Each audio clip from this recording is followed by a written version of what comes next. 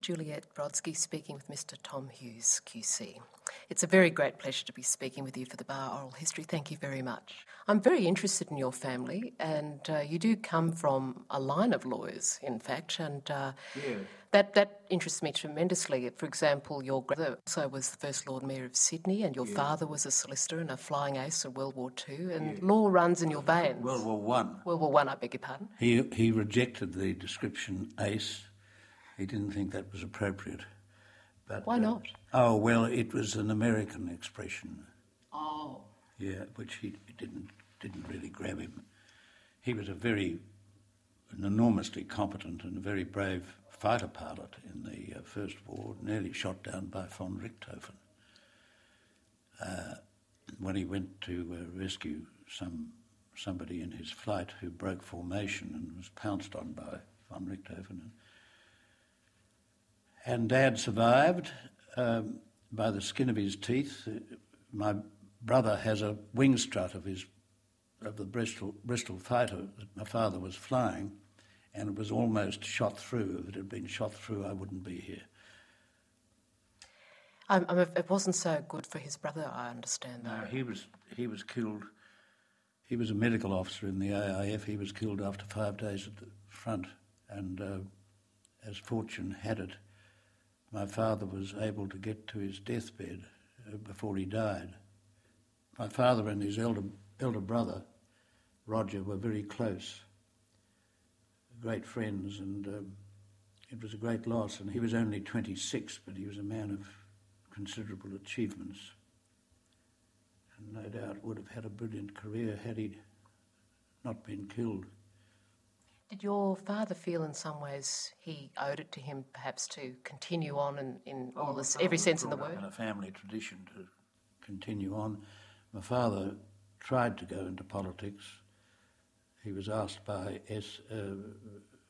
S.M. Bruce, the then Prime Minister, to chance his arm on a pre-selection in the federal electorate out in South Sydney. But in those days, there was prevailing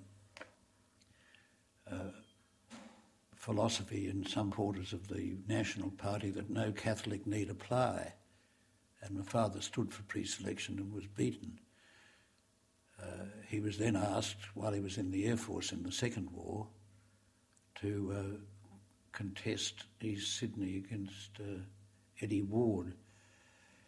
Very wisely, my father didn't accept the invitation because Ward was deeply entrenched.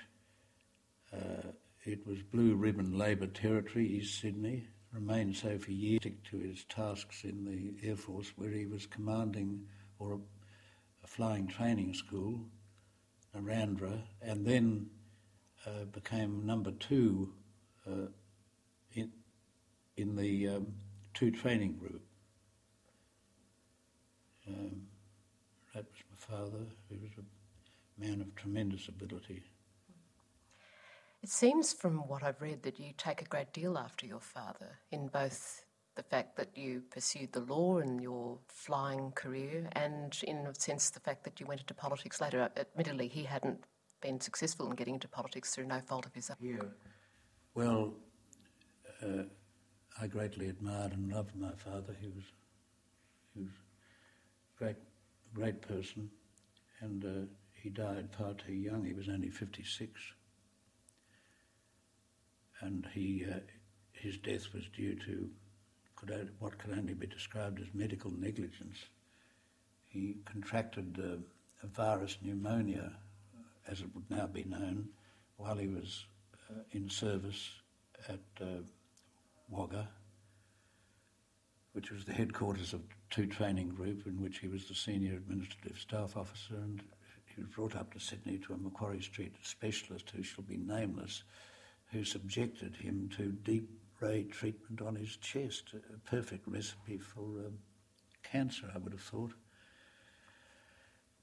And that, combined with the fact that my father did smoke, everybody smoked in those days, and the dangers weren't appreciated, brought him to his untimely end when he was only 56. You never smoked, did you? I did, but I gave it up when I married my present wife in 1981. Do you recall specific things your father said to you while you were growing up that were to stay with you for the rest of your life, that really influenced you? No, I think I was influenced by his example.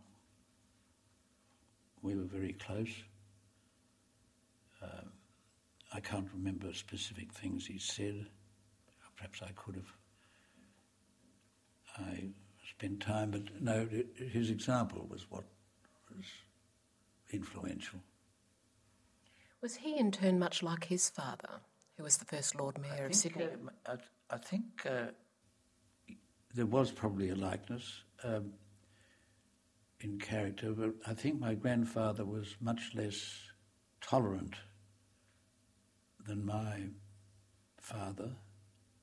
I was only 7 when my grandfather died, and I have but the very dim recollection of him. He was dying, and I can remember visiting him, but not much more.